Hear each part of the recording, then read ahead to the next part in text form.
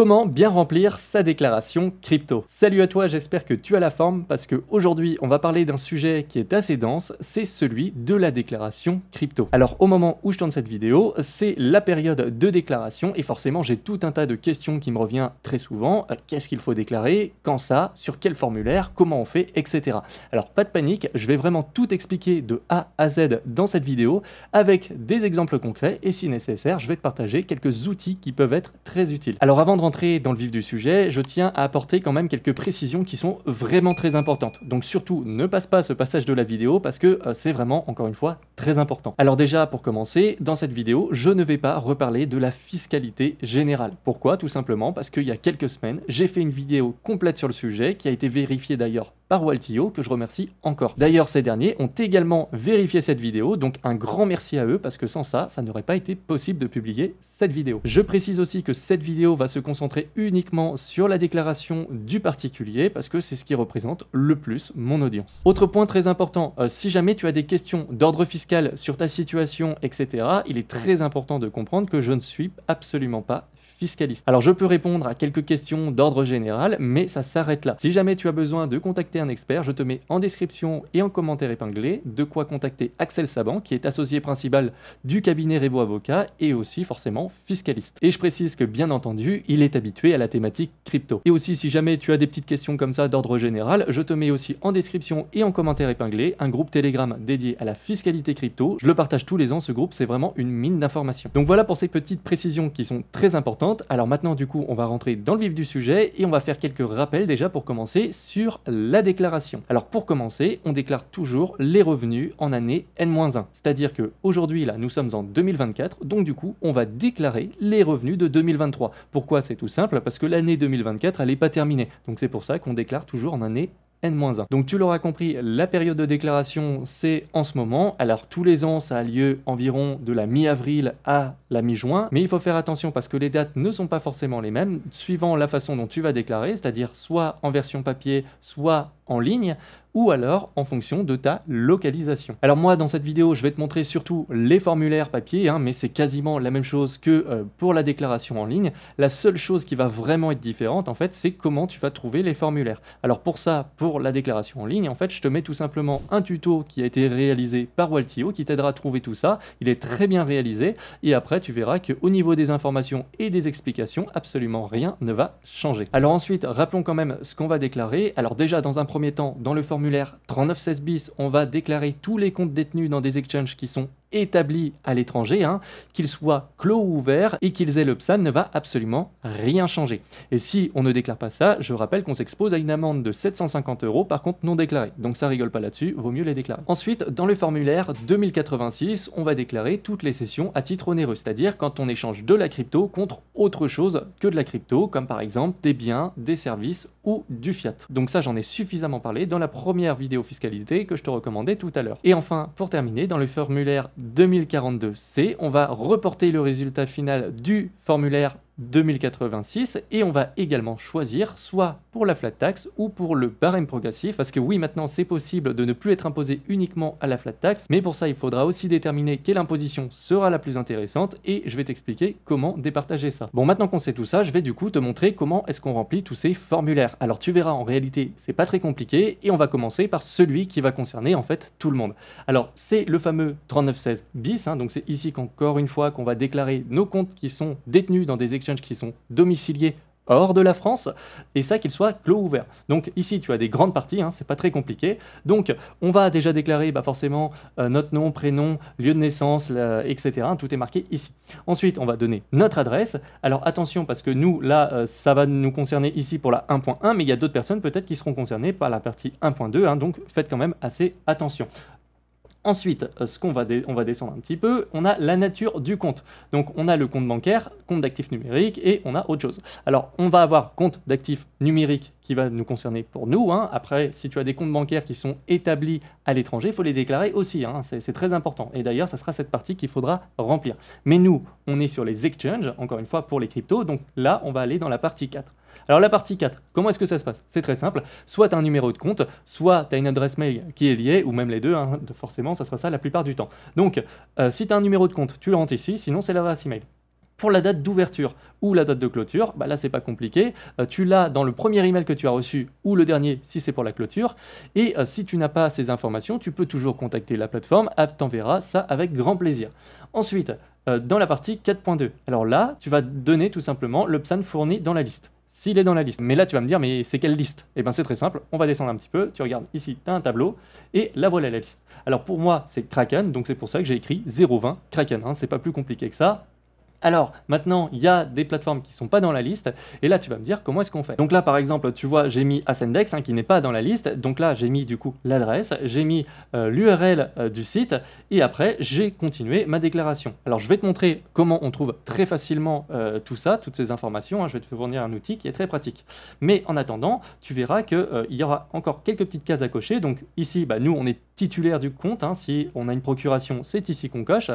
Ensuite, on va descendre un petit peu. Donc là, l'usage du compte, bah nous, dans la plupart du temps, ça sera un usage personnel exclusivement. Maintenant, si tu as un usage professionnel, c'est ici. Et si c'est mixte, ça sera ici. Une fois que c'est fait, tu descends et normalement, tu n'auras plus qu'à signer et valider le tout ici. Alors maintenant, tu vas peut-être me dire aussi, ouais, mais du coup, comment est-ce qu'on a cette fameuse adresse? Où c'est que tu les trouves, ces informations? Alors, la première chose, déjà, tu peux contacter la plateforme, tu peux fouiner un petit peu sur Internet, mais sinon, tu as un outil qui est très pratique et qui est gratuit pour ça, c'est Waltio, tout simplement. Alors, je vais te montrer comment faire. On va aller sur Waltio. Alors, je referai vraiment une vidéo dédiée sur l'outil de Waltio, hein, mais ça sera clairement pas dans cette vidéo parce que celle-ci sera suffisamment dense.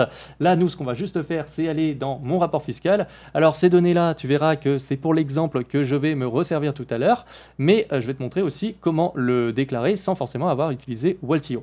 Alors, ensuite, nous, on va aller dans déclarer formulaire 3916 bis. Ici, et là, voilà, tu auras les exchanges. Donc là, par exemple, j'ai pour Binance, mais par exemple, Ascendex, c'est ici que je trouvais les informations. Et c'est pas plus compliqué que ça. Donc voilà pour les formulaires 3916 bis. Alors maintenant, si jamais tu n'as pas réalisé de session à titre onéreux au cours de l'année fiscale que tu es en train de déclarer, alors félicitations parce que ta déclaration est terminée. Néanmoins, dans le cas contraire, la déclaration n'est pas terminée et je vais te montrer ce qu'il faut faire. Alors là, on va rentrer du coup dans la partie la plus complexe de la vidéo, c'est quand on va devoir déclarer des sessions à titre onéreux, calculer la plus ou moins value et donc du coup déclarer tout ça. Alors pour ce faire, j'ai préparé un exemple avec plusieurs sessions pour bien te montrer comment on déclare ça et pour que ce soit le plus clair possible. Alors, on va imaginer que le 5 janvier 2023, j'ai acheté pour 5000 € de crypto. Ensuite, le 26 mars, j'ai revendu 5000 €, soit la moitié de mon portefeuille, et à ce moment-là, il en valait 10 000. Un peu plus tard, le 13 juillet, j'ai racheté des crypto-monnaies pour 3000 €. Ensuite, le 16 août, j'ai vendu 1000 €, soit la moitié de mon portefeuille, quand il n'en valait plus que 2000. Et enfin, le 26 novembre, j'ai acheté une voiture d'une valeur de 7000 € avec de la crypto, quand mon portefeuille total valait 10 000 €. Donc là, si tu as été attentif, tu remarqueras qu'il y a eu 3 sessions à titre onéreux qui auront été réalisées au cours de l'année 2023. Donc ces sessions que tu vois à l'écran, on va toutes les déclarer du coup dans le formulaire 2086. Donc le formulaire 2086, le voici. Alors pour ceux qui le connaissent, oui, il a un petit peu changé, mais c'est toujours la même case et les mêmes informations qu'il va falloir rentrer. Alors, nom, prénom, adresse, etc. Ça c'est juste pour l'exemple que je l'ai noté, hein, c'est pour te montrer qu'il y a des cases à remplir. Nous, ce qui va nous intéresser réellement, c'est cette partie-là pour commencer. Donc la date de la session, très important, hein, et on fait forcément les choses dans l'ordre chronologique. Alors je précise quand même que dans mon exemple, on va supposer que je n'ai pas fait de session à titre onéreux sur les précédentes années fiscales et que là c'est vraiment ma toute première année où j'investissais réellement dans les crypto-monnaies. Alors je vais te montrer après ce qu'on fera du coup potentiellement s'il y a d'autres années où je devrais déclarer. Dans cet exemple, donc du coup on en était à la date, la valeur totale de mon portefeuille au moment de la session. Ensuite le prix de session c'est quoi? C'est le prix de vente, hein, tout simplement. Donc j'ai vendu pour 5000 €. Les frais de session, alors je peux les noter par exemple, mais il faudra le justifier. Ensuite, on va soustraire au prix de cession les frais de cession, et dans mon exemple, du coup, ça sera 5000. Ensuite, on va demander si j'ai perçu une soult. Alors, qu'est-ce qu'une soult? C'est tout simplement une transaction compensatoire. Donc, par exemple, j'échange un Bitcoin contre un Ethereum à quelqu'un, tu te doutes bien que c'est pas un échange équivalent. Donc, si par exemple, le Bitcoin vaut 50 000 et l'Ether 5000 à ce moment-là, tu te doutes bien qu'il y a quand même un petit écart de 45 000. Alors, à ce moment-là, la personne peut m'envoyer une transaction compensatoire, par exemple, de 45 000 $. Donc là, ça serait une soult. Alors moi, dans mon cas, je vais mettre forcément 0, tu t'en doutes bien, ça ne concerne quasiment personne. Donc là, pareil, on va déduire la soult. Donc là, ça reste toujours 5000. Et ici, on va avoir une autre case. Donc là, on va tout déduire. Donc 5000 moins 0, bah forcément, ça va nous donner 5000. Donc là, du coup, tu l'auras compris, j'aurai mon prix de cession net. Alors maintenant, du coup, on va passer à la seconde feuille. Donc ici, on va avoir du coup le prix total d'acquisition qu'il va falloir rentrer. Donc moi, j'avais investi initialement, avant cette session, tout simplement, 5000 € en tout et pour tout. Donc, c'est 5000 € que je rentre. Ensuite, on va me demander la fraction du capital initial contenue dans le prix total d'acquisition. Alors, cette case, elle est vraiment barbare comment elle est dite, mais en fait, c'est tout simple. Quand je revends 50% de mon portefeuille, ce qu'il faut comprendre, c'est que je revends aussi 50% du capital que j'avais initialement investi. On est bien d'accord?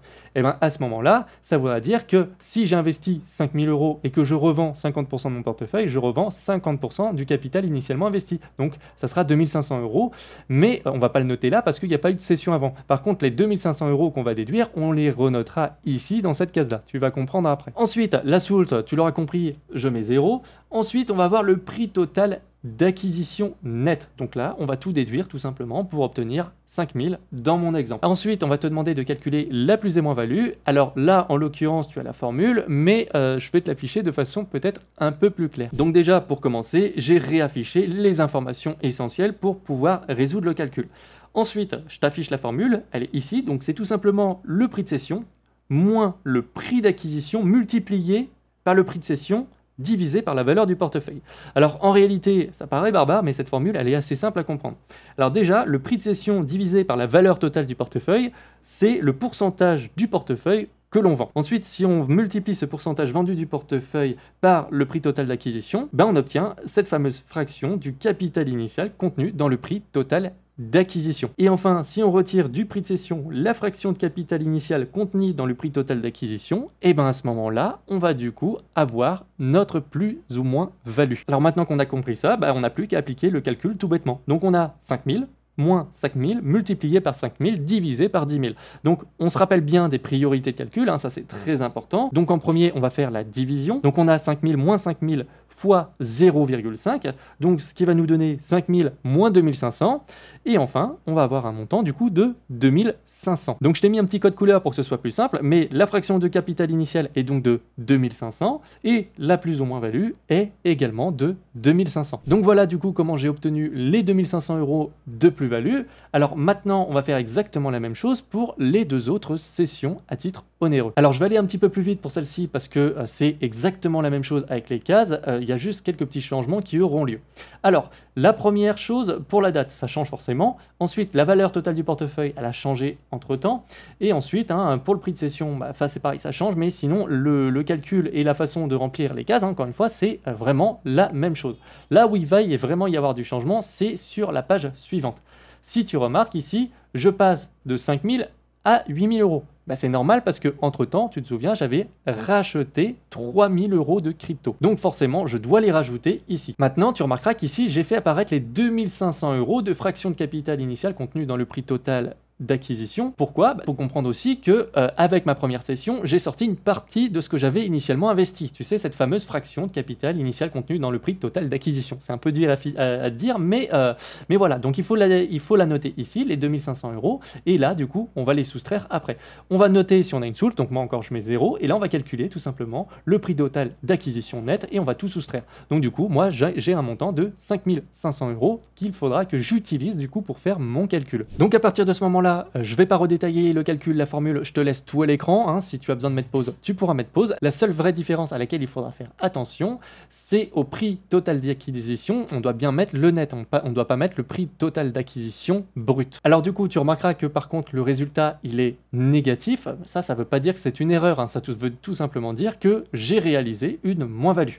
Alors, on retourne sur le formulaire et du coup, moi, je note moins 1750 €, hein, tu l'auras compris, de moins-value. Bon, maintenant que ça c'est dit, il ne nous reste plus qu'à faire la troisième session. Alors ça, par contre, je ne vais plus la détailler. Maintenant, tu sais, c'est le même principe, encore une fois, que les deux premières. Il y a juste une seule chose que je voudrais préciser parce qu'il y a eu un petit changement. Tu remarqueras que là, par contre, j'ai pas marqué 2750 au niveau de la fraction de capital contenue dans le prix total d'acquisition.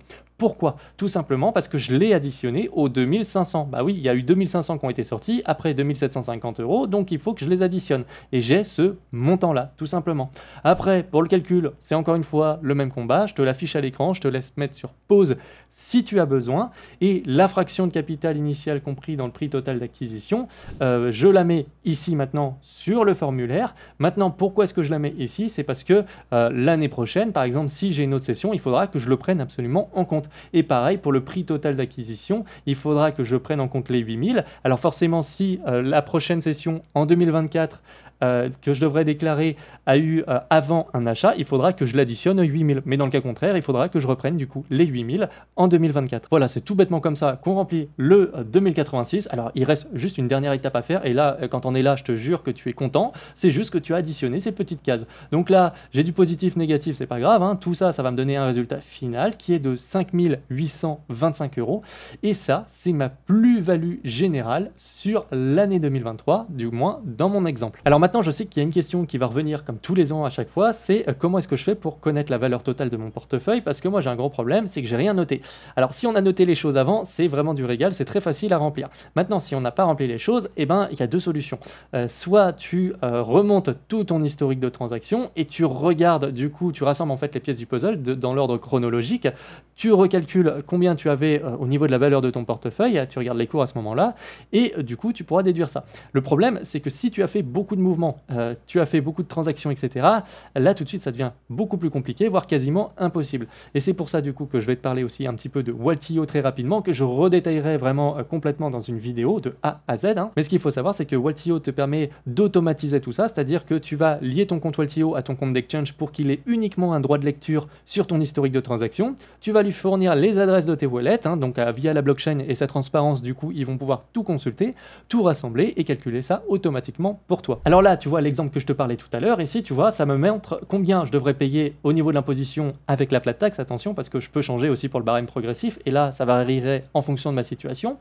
Mais tu remarqueras que je peux générer par exemple un formulaire 2086 et avec toutes les informations. Et ici, après, si je veux avoir les documents et retélécharger tout ça, je pourrais également l'avoir. Donc en utilisant Waltio, en fait, ça prend un petit peu de temps, le temps de paramétrer tout ça. Après, c'est juste du copier-coller et c'est tout bête et méchant. Alors, il y a une version qui est totalement gratuite pour les personnes qui ont moins de 50 transactions. Néanmoins, pour les personnes qui ont plus, après, il faudra payer et ça dépendra du nombre de transactions que tu auras effectuées. Donc voilà pour le formulaire 2086. Alors, une fois que tu l'auras rempli, celui-ci, je te garantis, c'est vraiment très court maintenant. Il n'y aura plus qu'un formulaire à remplir et c'est 3 cases auxquelles il faudra faire attention. Alors, le formulaire, le voici, nom, prénom, adresse, tout ça, je n'ai plus besoin de détailler. Nous, ce qu'on va aller chercher, en fait, c'est ici. Il y aura 3 petites cases, hein, du coup. Donc, c'est la session d'actifs numériques qui va nous concerner. Donc, soit on est en plus-value, donc la case 3AN. Donc, moi, je remplis ici. Si le résultat avait été négatif, j'aurais rempli cette case-là.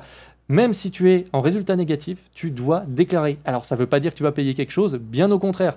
Mais ce qu'il faut savoir aussi, c'est que tu ne pourras pas reporter cette moins-value, hein, comme c'est le cas avec d'autres actifs, par exemple. Alors, il y a quand même une dernière petite case qui vient tout chambouler, c'est cette case-là, la case 3CN dont je te parlais dans la précédente vidéo que je te recommandais.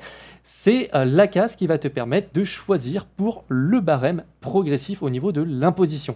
Alors, le fonctionnement, je l'ai déjà expliqué dans la vidéo que je te recommande encore une fois, hein, vraiment va la voir parce qu'elle est très complémentaire pour le coup à celle-ci. Alors là, du coup, tu vas peut-être te dire, ouais, mais est-ce que c'est plus rentable ou pas? Bah là, ça va vraiment dépendre du coup de ta situation et c'est pour ça qu'il va falloir forcément simuler ta situation. Alors pour ça, je vais te fournir un outil, encore une fois, en description et en commentaire épinglé. Donc c'est un simulateur officiel qui va te permettre de trancher ta situation. Alors ce simulateur, du coup, le voici. Alors je te mettrai aussi en description et en commentaire épinglé un article de Waltio sur ce simulateur-là. Hein. Donc ils en ont fait un tuto si jamais tu galères. Mais normalement, avec ce que je vais te montrer, il n'y aura pas de problème pour toi. Donc du coup, nous, ce qu'on va faire, c'est qu'on va cliquer sur modèle complet ici. Alors si tu cliques sur les autres, ça ne va pas fonctionner. Hein. Je tiens vraiment à le préciser. Alors ensuite, on va tout remplir comme si vraiment on remplissait notre déclaration et on va essayer de ne rien négliger parce que sinon ça peut fausser le calcul, hein. C'est très important. Donc par exemple, pour l'exemple, on va mettre qu'on est célibataire, qu'on vit en métropole. Allez, pour la date de naissance, je vais mettre la vraie, hein. J'ai toujours la vingtaine, hein. C'est très important à préciser, hein. C'est pour le moral. Ensuite, on va rentrer nos sources de revenus. Donc là, on va dire qu'on a des salaires, on va dire que forcément on a des cryptos pour les plus-values et gains divers. Si tu en as d'autres, encore une fois, précise-le. C'est très important. Ensuite, on va dire par exemple qu'on a gagné 25 000 € sur l'année. Maintenant, voilà, si tu as un déclarant 2, il faudra rentrer aussi combien il a gagné, etc. On va cliquer sur la suite. Et là, normalement, on va avoir les petites cases 3AN et 3BN. Alors, on avait gagné environ 6 000 € de plus-value, par exemple, et c'est là qu'on va voir la différence. Donc, soit je coche la case 3CN, soit je la coche pas. Alors là, en l'occurrence, je ne vais pas la cocher pour voir ce que ça me donnerait avec la flat tax. Donc, je vais cliquer sur Suite. Ensuite, on va cliquer sur Suivant. On va cliquer sur calculer. Alors bien entendu, encore une fois, si tu as des informations que j'ai pas notées, que j'ai pas coché et que toi tu devais les cocher, tu dois le faire. Donc là, ça va me faire le calcul. Donc là, on voit déjà que j'ai un montant restant à payer au titre de l'année 2023 de 2 718 €. Alors maintenant, il faudrait savoir si je coche la case, est-ce que ce montant sera plus bas. Donc ce qu'on va faire, c'est juste qu'on va aller cliquer ici sur retour. Et on va refaire le calcul tout simplement. Donc on va cliquer sur suivant, normalement tout est déjà réinscrit normalement, et nous ce qu'on va juste chercher à faire, c'est cocher cette case. Est-ce que le montant est meilleur? On va voir ça tout de suite. Donc je refais le calcul, et là on voit que j'ai un montant à payer qui est supérieur. Donc dans mon exemple, ça serait la flat tax qui serait plus intéressante. Donc il ne faudrait pas que je coche cette petite case 3CN parce que sinon je payerais plus. Du coup, je te recommande vraiment d'utiliser ce simulateur pour savoir ce qui est le plus intéressant pour toi, parce que forcément il y aura des personnes pour qui la flat tax sera beaucoup plus intéressante, et pour d'autres ça sera plus intéressant d'opter pour le barème progressif. Maintenant, une fois que tu sais ce qui est le mieux pour toi, c'est pas compliqué, tu reviens sur ton formulaire 2042C et tu coches ou non la case en fonction de ce qui est le plus intéressant pour toi. Après, une fois que tu auras fait ça, concernant la déclaration crypto sur les plus ou moins values, ça sera fini, donc félicitations à toi. Alors après, si jamais tu as des questions, des choses à ajouter, surtout, faut pas hésiter comme d'habitude à le faire en commentaire, sinon tu as toujours le groupe Telegram. Je tiens encore sincèrement à remercier Waltio pour leur aide, parce que sans eux, encore une fois, ce type de contenu, ça ne serait pas possible. Alors si jamais tu souhaites passer par leur service et que tu dois payer, je te mets aussi en description et en commentaire épinglé un code de réduction, donc c'est toujours le même, Julien10, qui te permettra du coup d'avoir 10% de réduction chez eux. Sinon, comme d'habitude, tu sais quoi faire. Si la vidéo t'a plu, n'hésite pas à me mettre un petit like, à t'abonner et à activer la cloche des notifications pour ne pas louper les prochaines. En plus, ça participe au référencement, donc vraiment un grand merci. Je te dis à la prochaine. Ciao!